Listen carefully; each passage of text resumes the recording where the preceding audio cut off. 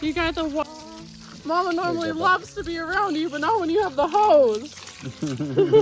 Oh, okay, just don't do it up. Ah!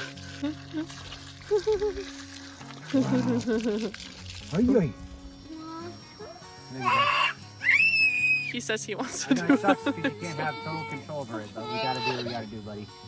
Look, there's all this mud. Look, Gotta get the part that mud. It's so fun and slippery.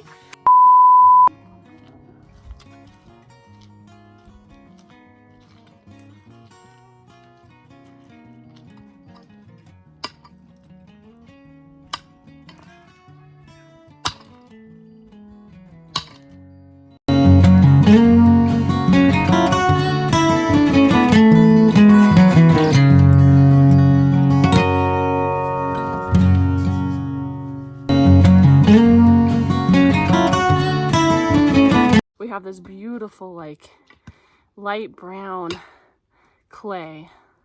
I'm sure if we mix with water, it'll be like really sturdy for like a nice foundation for our RV.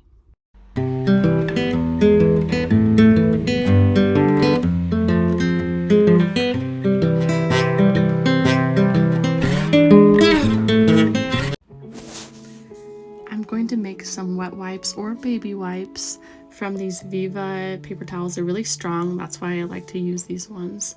What I do is I just freaking rip off each individual one.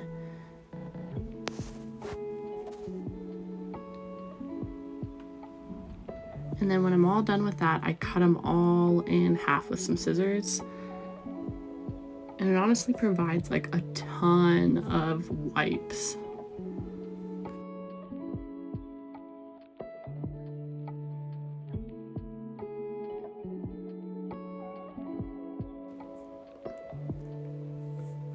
When I'm all done cutting them up, I just put them in a nice big Ziploc bag. I found these at Walmart. They're BPA free, which kind of just gives me a little bit of peace of mind that it's a higher quality plastic.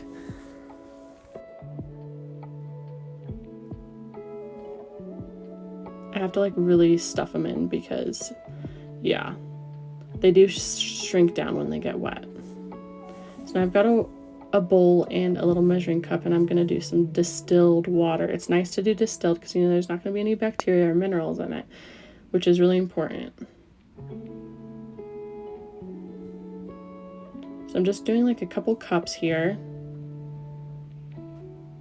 And then I'm taking this rose water glycerin spray that I just take the cap off and I put in about a tablespoon. This is something that I just ended up trying on my own, and I really liked using the rose water. Next, I have some lavender pure Castile soap, Dr. Bronner's brand, and I'm just going to do a couple tablespoons in here. That way it has like cleansing effect without sudsing up. Now we're going to do some essential oils. I have frankincense and lavender.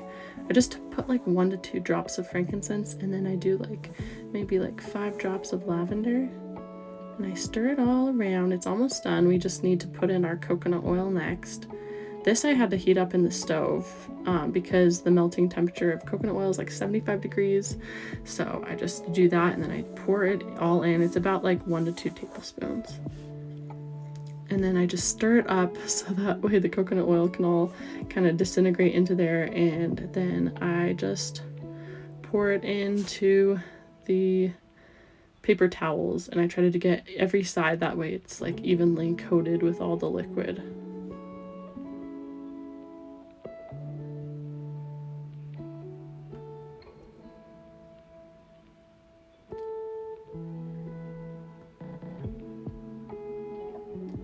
And voila, it's all done. This is my baby wipe, wet wipe dance.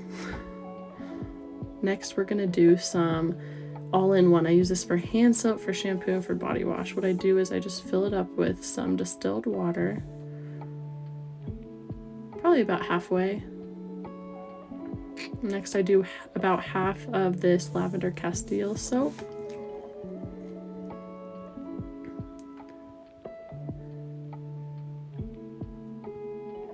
And then I put in some more lavender essential oils to it, like just a few drops, and then a little bit of coconut oil, not too much because you don't want it to make your hair greasy. And then I also do some Himalayan pink sea salt and some apple cider vinegar. This, I find it kind of has like a cleansing effect, and the salt kind of thickens it up. And it's all done. Next, I'm going to do some dish soap. We're just going to use the same distilled water. We're going to fill it up 1/3 of the way. Next, we have some white vinegar, and we're just going to fill it up another to 2/3, 1/3 of that as well. And then we have some salsas, and we're going to do 1/3 full of that as well. And then I'm going to put in some essential oil. This is Nature's Shield, and then some lemon. That way it has like nice disinfecting properties.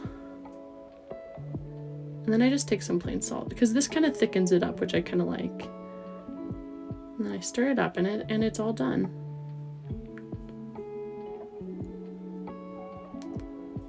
And this is my dance for my dish soap. It's really exciting having to making these. This is our new road. As you know, our RV's right here. But we're moving it because, like I was telling you guys last video, we don't know about our property lines. So just to be safe, because we don't want to get a survey right now, they're expensive, we are going to just take matters in our own hands, and we're going to move over a little bit. So this is the new spot over here. We got this nice road going, and then as you can see, we have gotten a pretty good amount of work done on it. I still got a little bit more to do. I kind of wanted to make a little patio that's level out here. Got a lot of digging to do.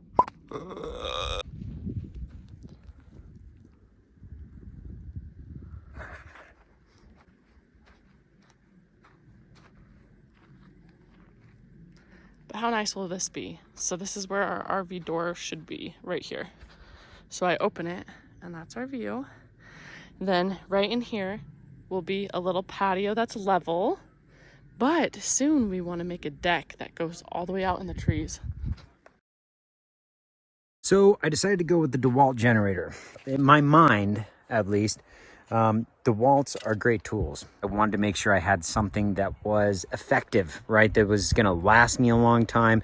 It's our backup power source. Some days, I mean, look at the sky today. And on a day like today, we only get about half the solar is what we usually would. And it was a good decision, and I'll stand by that. But of all the DeWalt tools I've seen, this has the lowest reviews because the same problem that I'm trying to fix right now keeps recurring for everybody who gets this generator. And the issue is that the pull cord to start it is just the assembly in here is not made correctly. The generator we're running is the DeWalt DXGNR 4000 right there. There you go. Has a lot of output, meets all of our needs. We could rock our AC and charge our batteries and run everything else in here that we need to all at the same time while putting away a significant amount into our battery bank. This guard in here, whatever this guard is, my mechanics knowledge comes from the Army, where we just try to keep rigging crappy equipment up to keep it working and see if you can get an extra few miles out of it. I'm used to this kind of stuff, but for someone who isn't used to doing this kind of stuff, probably not the generator for you. The pull cord keeps breaking, but other than that, this thing has been rocking for years for us. All you got to do is rig up a new pull cord. There's my little loop for my handle, and then you just feed it back through. It's got a little knot right there where you feed it back through, and essentially once in a while, then you just bolt this piece back on like that. Well, not like that, that's upside down. Don't bolt it on like that, dude. Bolt it on like that. So I went out in the middle of the night and tried to pull this thing to start it, and the freaking cord didn't. It just snapped off on me, and like super pissed off. But in reality, once I take a step back for a moment, it's a 15-minute fix at max. As someone who's technologically savvy with stuff like this, if anyone has an idea for what I should do with this thing to get it so it's not doing this, I wonder if there's just like a little guard that I can put to protect the cord or something like that. I think that this plastic is what's fraying it because it's moving so fast and it catches it and just keeps hitting it. If anyone has any ideas or has experienced something similar with their generator, or maybe even has this same exact generator, and has found a workaround, please drop a comment and let me know, and I'll kiss your feet. Peace.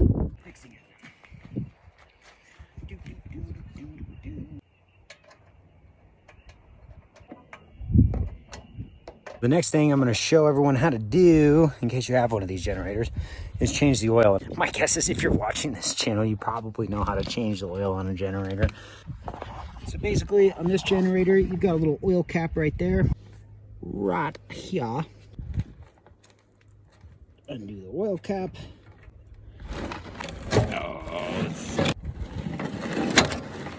Yeah, that's real nasty. That's just about all of it. It's super black. I feel embarrassed, honestly. But you don't want it to look like that. You want it to look very clear. This particular generator, this will run, okay, on this, 10W30 is what's recommended for this, so. Perfect. Didn't even need to use all of it. What I'm gonna do is I'm gonna see if this baby fires up.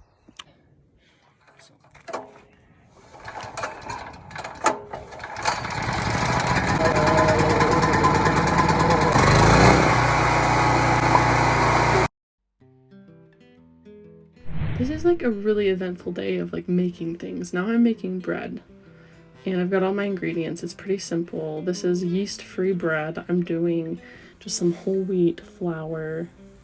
It calls for 4 cups, but I'm doubling the recipe, so it's about 8 cups. And next we're gonna do some salt.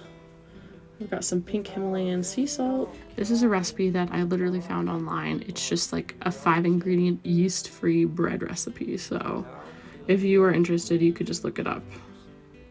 But I think it called for like 2 tablespoons. And then it was like 5 tablespoons of baking soda. It was like a ton. And then I'm gonna pour it all the freaking flour mixture together. And now it just requires like a couple tablespoons of cane sugar. Yeah, now all my dry ingredients are mixed. Then I'm adding the coconut oil and the milk and stirring it all up.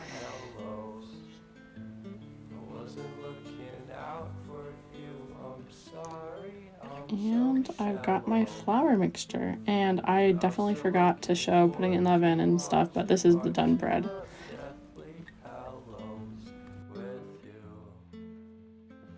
I'm whispering because my son is sleeping. But I made up some natural cleaner, all-purpose cleaner.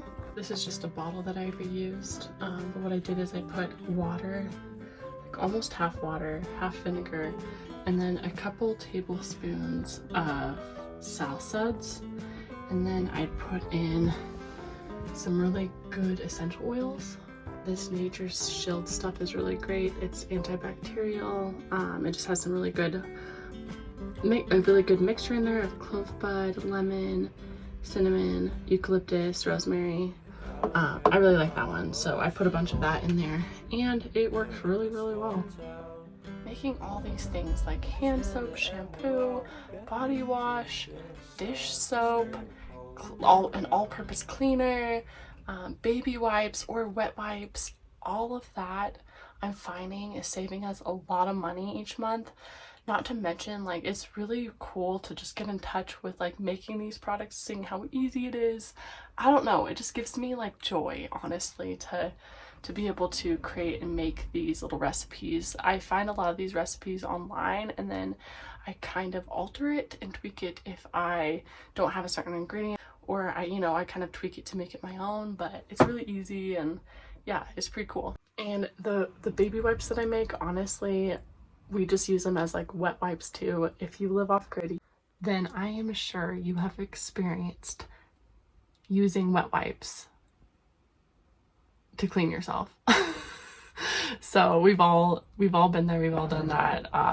And so that's why this is really cool. You know, you're saving money, but you're also freaking making really clean products. Because when you go to the store and you buy wet wipes, unless you want to spend a lot of money to buy like the natural products, the natural ones, those ones are really expensive. And even then they still have like some weird ingredients in them. So when you do it like this, you literally control your ingredients and you know you're just getting like the purest, cleanest ingredients possible.